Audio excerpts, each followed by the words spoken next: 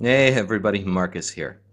In my video pertaining to women's relationship to logic, I was presented with an observation which I thought was worth addressing. Now, this observation was not so much a criticism, but a valid way of dismissing, well, my whole argument. The observation was that I had not offered an account defending the premise that all women are hedonistic by nature. As such, one can dismiss my argument being grounded on an unproven premise.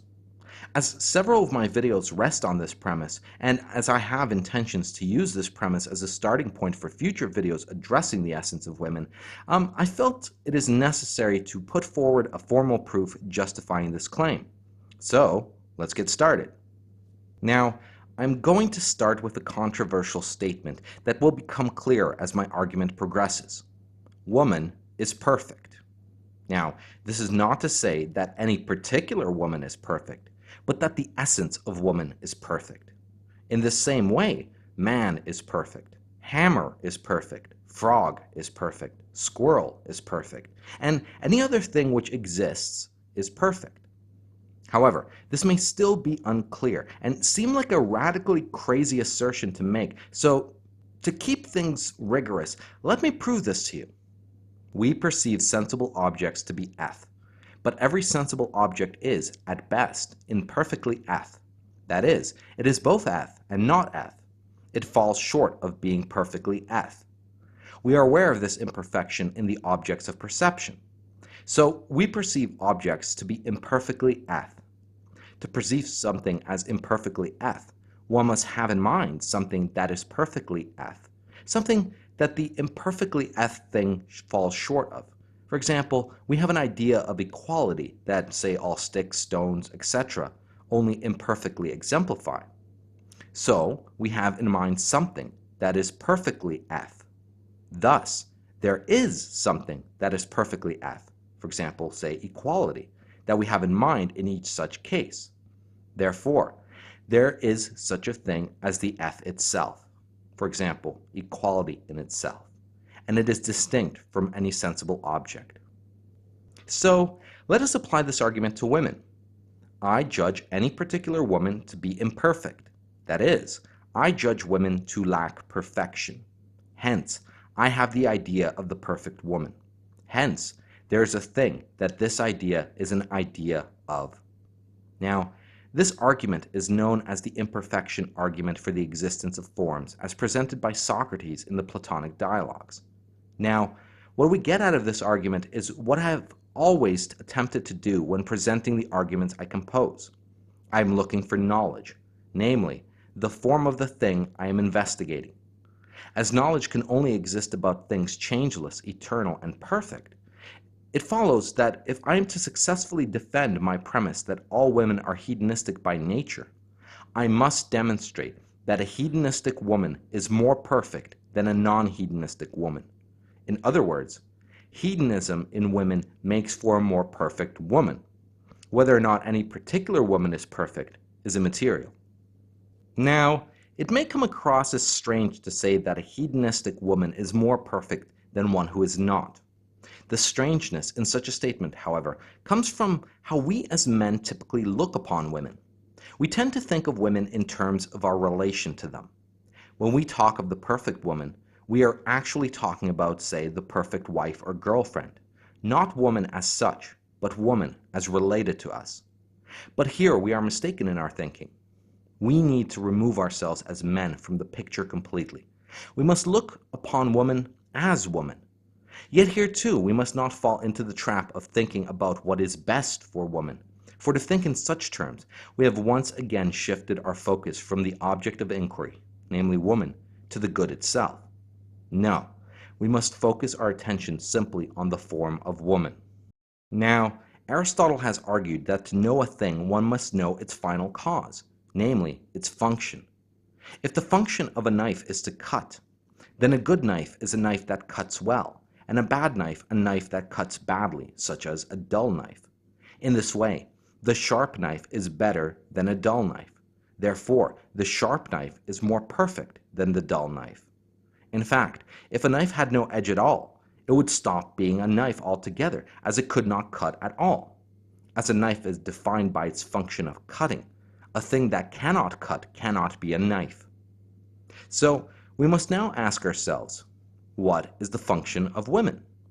Well, surely we cannot say her function is to be a girlfriend or a wife, for we can remove those things from our perception of woman and still be left with a woman. In the same way, we can remove every career, hobby, preference, and belief she possesses, yet still be left with a woman. But what is that thing that, if removed from a woman, she could no longer be considered a woman? Is this not the ability to birth and nurse infants? Well, surely it is. But you might be asking yourself, but Marcus, is a woman who is born sterile in fact not a woman? Now, to this I would have to say that she is the most imperfect of women, for the potentiality of birthing and nursing children was always there, yet she, as a particular instance of the form of woman, turned out to fall short of this perfection as far as one can imagine. But then, what of all those postmenopausal women who cannot birth and nurse children? Well, these women are indeed women, for the potentiality of birthing children had been fulfilled. After all, this potentiality is a grouping of three stages: the prepubescent sterile phase, the fertile phase, and then the postmenopausal sterile phase. The fulfillment of this potentiality is the aggregate of these phases and not merely the middle part. It is when a woman fails to live out this potentiality does she represent imperfection as woman. Now, I do not wish to spend too much time defending the premise of whether or not the function of woman is to birth and nurse children, as this is a venerable feminist contention that has been argued to death by feminist prophets such as Simone de Beauvoir. Suffice to say that as far as nature is concerned, that a sterile woman is a mistake so grave that its own undoing is present in the mistake itself. Namely, this is a mistake that nature does not want to repeat, and that sentiment is contained in the fact that a sterile woman will not procreate to propagate her genes. Her selection out of the gene pool is contained in the mistake itself. Now, if indeed it is the case that the function of woman is to birth and nurse infants, then it follows that a more perfect woman would fulfill this function better than a less perfect woman. Now, as soon as an infant has been birthed, can it be said it has access to reason? Well, surely not. From this it follows that an infant cannot be reasoned with, nor does it have any ability to reason out what it is experiencing. Now, do infants have needs? Well, they do. So if infants do not have access to reason, and they have needs, such an infant cannot be said to have deduced a privation of a need. From this it follows that when an infant cries, it cannot be said the infant has deduced that it is lacking something. Now, do infants feel pleasure and pain? Well, surely they do. So it must follow that if an infant cries, it cries because it is experiencing pain of one sort or another. Now, when I speak of hedonism, I always speak in terms of one conjunctive proposition: the minimization of pain and the maximization of pleasure. Is this conjunctive proposition not the entire guiding principle of infants? Well, it is. I posit that infants, by virtue of their complete inability to access reason, can only be hedonistic beings at that stage of human development. Now, if indeed it is the function of woman to birth and nurse infants, then it follows that a woman who births and nurses children well is more perfect than a woman who births and nurses children badly. Now, who will nurse an infant better? The woman who knows what the infant needs and wants, or the woman who does not know what the infant needs and wants? Well, surely it will be the woman who knows what the infant needs and wants. Now, what can be inferred from an infant crying? Well, you can only infer that it is experiencing pain from some sort of privation. However, you cannot infer the nature of the privation. Indeed, if one would stick strictly to reasoned analysis of a crying infant, you would need to take on board some sort of experimental approach and try different things until you discover what stops the crying. Now, would a woman who needs only a small number of experiments to determine the cause of the privation be more perfect than a woman who needs a large number of experiments? Well, surely the woman who needs fewer experiments would be more perfect in fulfilling her function. Now, what sort of woman would need fewer experiments to determine the source of the privation? Would it not be a woman with stronger empathy towards the infant? Well, surely it would. Now, before I move on, let me clarify what I mean when I use the term empathy. Empathy ought to only be understood as the ability to, as closely as possible, determine the state of another. For example, a highly empathic person will have an easier time sensing a state of frustration, anger, fear, or any other emotion within another person. This does not mean they will do anything positive with this insight, only that they possess the insight itself.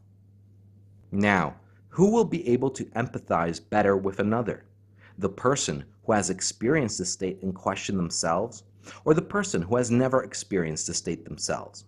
Well, surely the person who will better be able to empathize with another is a person who has experienced the state themselves. So a person who has had depression themselves but no longer does so will be in a better position to empathize with a person who currently has depression. A person who has never had depression, in turn, will be less able to empathize with someone who has had depression. Now, who will be able to empathize better with another person? The person who is currently experiencing the state in question themselves, or a person who has experienced it in the past but is no longer experiencing it? In other words, will a person who currently has depression be better able to empathize with another person who currently has depression? Or will a person who used to have depression be better able to empathize with someone who currently has depression?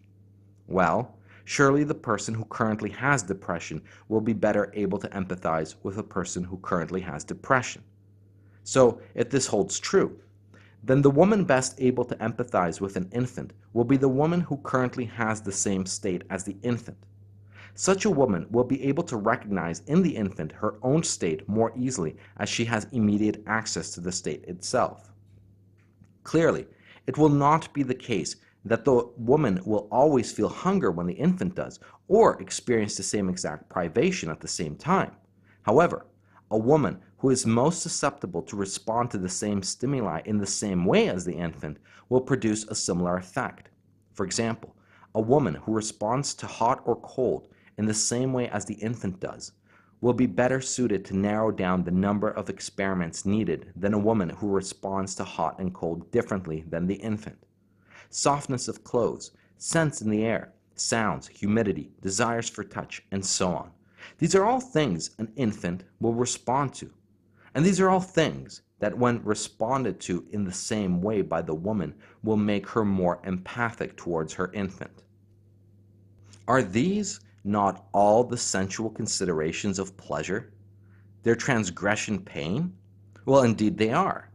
It would seem that if a baby is a hedonistic creature, and empathizing with such a creature means the minimization of experiments needed to determine their needs and wants, and a woman who minimizes the number of experiments needed to determine the needs and wants of an infant is a more perfect woman, then we are left with one final question.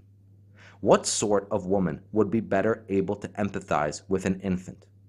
A woman who is hedonistic, namely, someone who has the exact same disposition as the infant? Or a woman who is not hedonistic? Now, I think it becomes clear that it would be the woman who is hedonistic. If indeed it is true that the hedonistic woman would be better at empathizing with the infant, and the function of woman is to birth and nurse infants, then it follows that the hedonistic woman performs her function better than a non-hedonistic woman. From this, it follows that a hedonistic woman is more perfect than a non-hedonistic woman. Therefore, women are hedonistic by nature. This makes sense in light of other things we can observe about women. Look at a pregnant woman. There is the stereotype that pregnant women get cravings to eat all sorts of weird things. The account for this is pretty straightforward, though I will not go into any great effort into defending these ideas. The human body, over time, figures out what nutritional value is contained in what food. As such, it is more than likely that a craving for certain food originates from the body's demand for the fulfillment of some nutritional need. In this way, women get weird cravings for food during pregnancy due to the unique nutritional demands of the development of the baby. In a similar manner, morning sickness has an interesting theory behind it as well. we typically throw up as a reaction to being poisoned. It is speculated that morning sickness is a mechanism telling the woman she ought not to be eating the sort of crap that she is eating because it is harming the baby. Sure, the food she is eating will not do her any harm, but again, due to the developmental stage of the baby, those same foods may contain crap that can mess them up. Finally, TFM often defends his thesis that women ought to be perceived as large children. Now, this thesis gains support from what I have put forward in my argument in this video. Indeed, the closer the woman can approach the state of the infant, the better she is at determining the infant's needs and wants, and therefore know how to care for him. Of course, this empathic quality women possess begins to lose its usefulness once the infant starts, approaching 4 or 5 years of age. It is also possible that the reason women love mammals like, say, cats and dogs is because they seem to share that hedonistic nature with such animals. It may be partially a need to nurture, but it is a form of nurturing best suited to a woman, the nurturing of the most base and primal. But again, this is further speculation on my part, and meant more as an aside than any form of argument. Now, before I close this video, I wanted to tackle a criticism I have found throughout many of my videos that use the premise, all women are hedonistic by nature. The criticism states that my arguments can apply just as well to men as they do to women, namely, that both men and women are hedonistic by nature, or more specifically, that the proposition, all men are hedonistic by nature, is a true statement. Now, I strongly disagree with this statement, though I do not intend to offer a formal proof here as I have not worked out the details of my argument yet. I think that even by taking a surveying glance at men, this can be thrown into doubt. If indeed men were hedonistic by nature, they would maximize pleasure and minimize pain. If this were true, then men would not chase women at all. Chasing women involves a lot of pain. Now, I'm not talking about the pain of rejection, though that is part of it, but I am talking about all the labor and suffering involved in building yourself up to even become attractive to the female sex. Now, examples include putting in hours at the gym or slaving away long hours at work to buy status items, and so on. In fact, if you look at Epicureanism, the most developed hedonistic school of thought, you can see that the object there is to eliminate all unnatural and unnecessary desires that are pleasurable, as well as all natural and unnecessary desirables which are pleasurable, like sex. Now, try and get a man to give up sex. It won't happen easily. Yet, even though sex is pleasurable, he will put himself through a world of pain to get it. Just this one observation throws into doubt that men maximize pleasure and minimize pain. In fact, the MGTOW monk lifestyle is very strongly congruent with hedonism. The blue pill lifestyle, not so much. Since even among MGTOW, many, if not most, reject the monk lifestyle, it is a very dubious claim in asserting that men are hedonistic by nature. Also, if we take into account male disposability and men's propensity to internalize their own disposability, I again have a very hard time in seeing how one would defend the claim that men are hedonistic by nature. But for now, thanks for listening. Go team.